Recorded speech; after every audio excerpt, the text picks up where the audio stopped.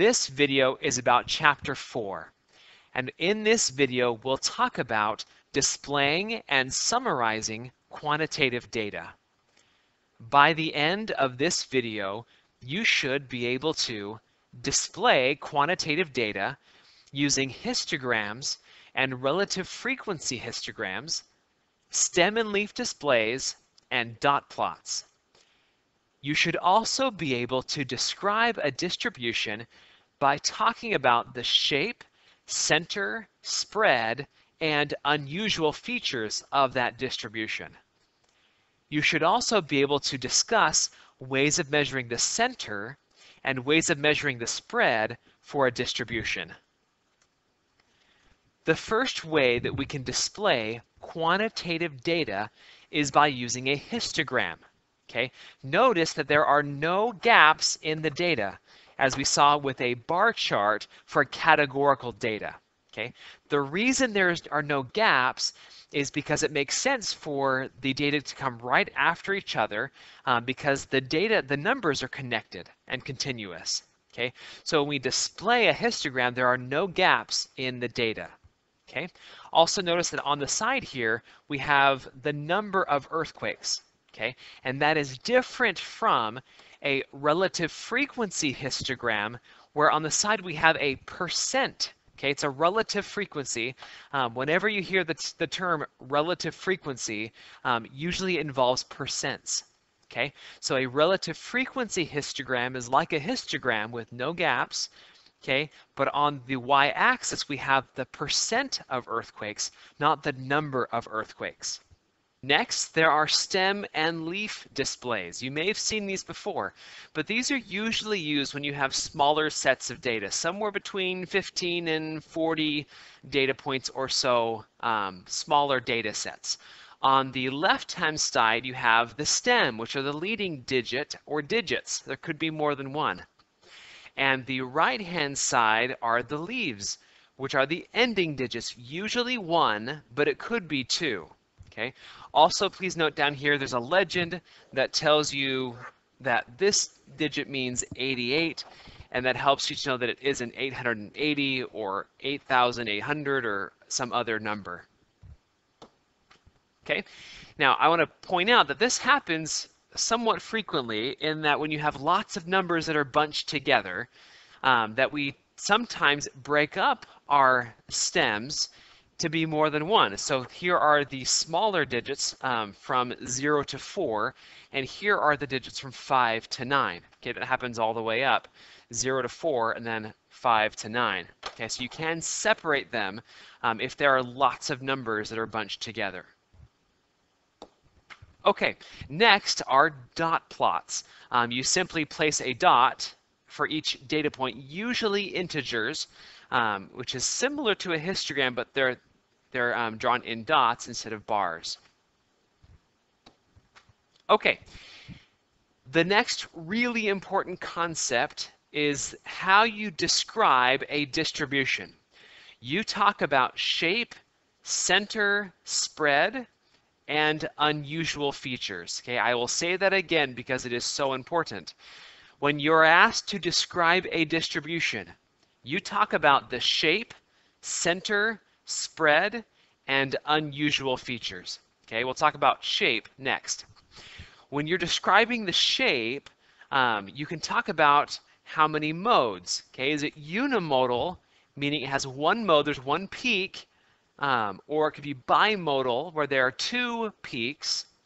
It could be multimodal, where there's 3 or perhaps more.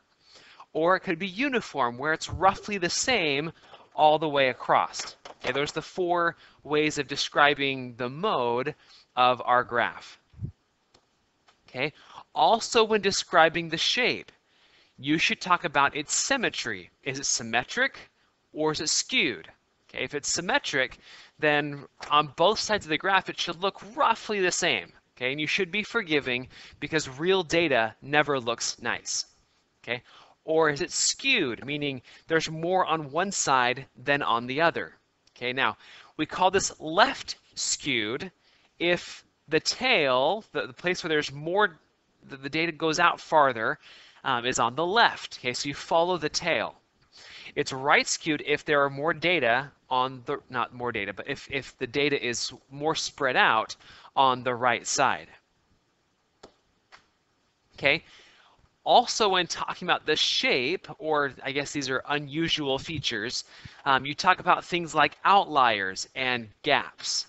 Okay, outliers are when one or more data points kind of stand away from the rest of the data. Something's different about that point. Okay, and in the next chapter, we will talk about a mathematical rule of thumb to know if something is far enough to be an outlier or not. Okay, for right now, we'll just call it a point that stands away from the rest of the data. Okay, another unusual feature are gaps in the data. Okay, now gaps are several bins, or there's some space between the data sets. Okay, so I would consider this a gap because you have about 3 spaces where there's no data. Okay, I would not consider this a gap because there's only one, and this is 1 point and this is 1 point, and so there just happened not to be anyone who was between 80 and 90 years old in our data. Next, we will talk about measuring the center. There are 2 main ways that we measure the center of a data set. The first is the median. Okay, and the median is the middle number.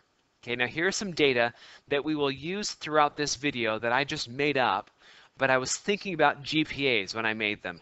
Okay, now the median is the middle number. Now, there are 10 points here, and so the middle number is not going to be the 5th one. Okay, the middle number will be between the 5th and the 6th, because on both sides I have 5 data points. Okay, so if there is a middle number, like if I had 9 or 11, then I would just simply pick the middle number. Okay, but here I have an even number of data points. I have 10, and so it's somewhere in between the 5th and the 6th number, and so I will actually find the average of these 2, which is 3.1, or the number right between them. Okay, that is the middle number. It's the median. Okay, now one nice thing about the median is that it splits the histogram into 2 equal halves. There are the same amount of data on the left hand and the right hand of the median. The other way of measuring the center is by using the mean. The mean is the arithmetic average. You add up all the numbers and divide by the number of numbers. So in this case, I add up my 10 GPAs and divide by 10, and that will give me the mean GPA. So if I add up these 10 numbers, I get 29 divided by 10 is 2.9. And the mean, or the average, is 2.9. Now the mean also feels like the center because it is the point where the histogram balances. It takes into account all the data points and finds the place where it balances nicely. Okay, so which one do you use? Do you use the mean or the median? Okay, both seem to have some merit as far as what should be called the center. Okay, but some of them make a little more sense. For example, in this picture, the mean is at a point in the graph where there is no data. So it feels strange to me to call the center of the graph a point where there is no data. Similarly, down here, because it's symmetric and unimodal, it seems like either one would be a good way of measuring the center. Okay? Now, our rule of thumb of which to use is this. If the data is symmetric and unimodal, we use the mean. Okay? If it's not symmetric or not unimodal, then we use the median. Okay? In general, we use the mean whenever possible because you'll find there are some other tools that use the mean that are very useful to us. So we use the mean whenever possible, but if the data is highly skewed or bimodal, then we use the median instead. Next, we will talk about measuring the spread. Okay, there are several ways to measure the spread. The first way is called the range. Now, the range is the span of numbers. Okay, it is found by taking the maximum number, the biggest number, and subtracting the smallest number. So in my data of GPAs, the range is 4.0 minus 1.4 and gives us 2.6. Okay, that is the range, the span of numbers in this data set. Now, the range has some major problems in that it is highly variable if there are outliers, because it just takes the biggest and the smallest number, and so it's not a really reliable way of measuring the spread of a data set. Another way of measuring the spread is by using the interquartile range. Okay, now before I can talk about the interquartile range, I must talk about what a quartile is. A quartile breaks up the data into quarters. That's why it's quartile. Okay, now we found earlier that the median is right in the middle here at 3.1. Okay, so if I then look at this data set, this lower half, and find its median, I come up with the value 2.2. Okay, and if I look at this upper half and find its median, I come up with 3.5. Okay, now this is the first quartile, or called Q1, and this is the third quartile, Q3. Okay, now we could call the median Q2 because it cuts the data in the second quarter, but instead of using Q2, we almost always call it the median. The interquartile range is the span between Q1 and Q3. Okay, here is the formula. Now, the nice thing about the IQR, or the interquartile range, is that it's not really skewed by outliers. It doesn't matter how far the outliers are, it still deals with Q1 and Q3, and so it's a fairly good measure of spread for us. Okay, so in this example of GPAs, the IQR is 3.5 minus 2.2, which is 1.3, is the IQR in this data. Another way of measuring the spread is something called the standard deviation. The standard deviation is a measure of spread that tells how much the data values differ from the mean. So we're comparing each data point with the mean. Okay, so before we can really find the standard deviation, we must first find the mean, and we found the mean earlier in this video as 2.9. Okay, so let me walk you through this. We take each data value and we subtract the mean and find the deviations from the mean. Okay, now some are positive and some are negative. If we simply added up this set of numbers, we'd get 0, which is not very helpful to us. Okay, so the way we deal with the positives and the negatives is we square them. Okay, we square each number, and that makes all the data positive. It makes the numbers that are far away even farther, and the numbers that are close very small as you square a number. Okay, and then we add up those numbers. Okay, so here is the sum of this set of numbers. Okay, now if we had a data set of 100 values, okay, that would make that sum very large, and so the way we kind of compensate for how many numbers we are adding up is we divide by n minus 1. I'll talk about why it's minus 1 later on in the year.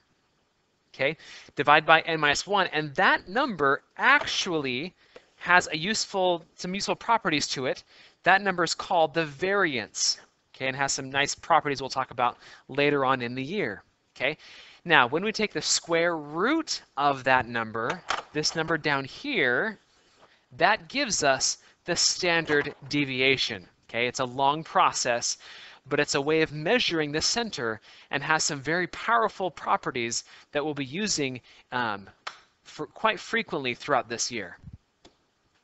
So here are the formulas for the variance, and for the standard deviation. Okay, in case you're not familiar with this symbol, it is the summation sign, and it means to find the sum of all the things after the sign.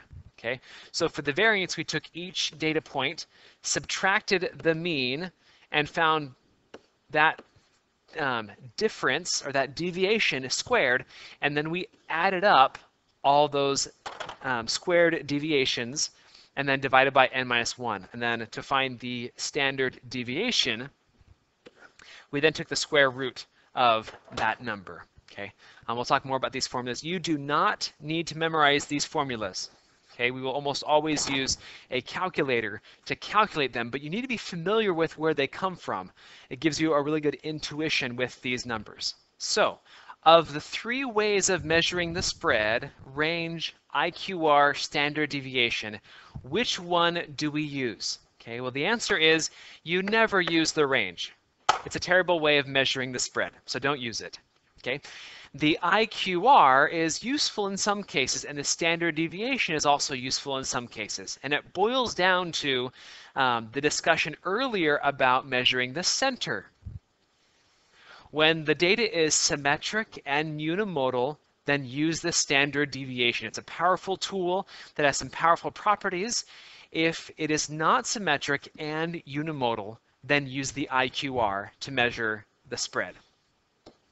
So this video was about displaying quantitative data.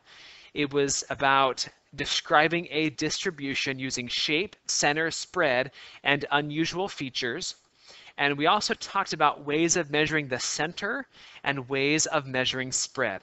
Thank you so much for watching.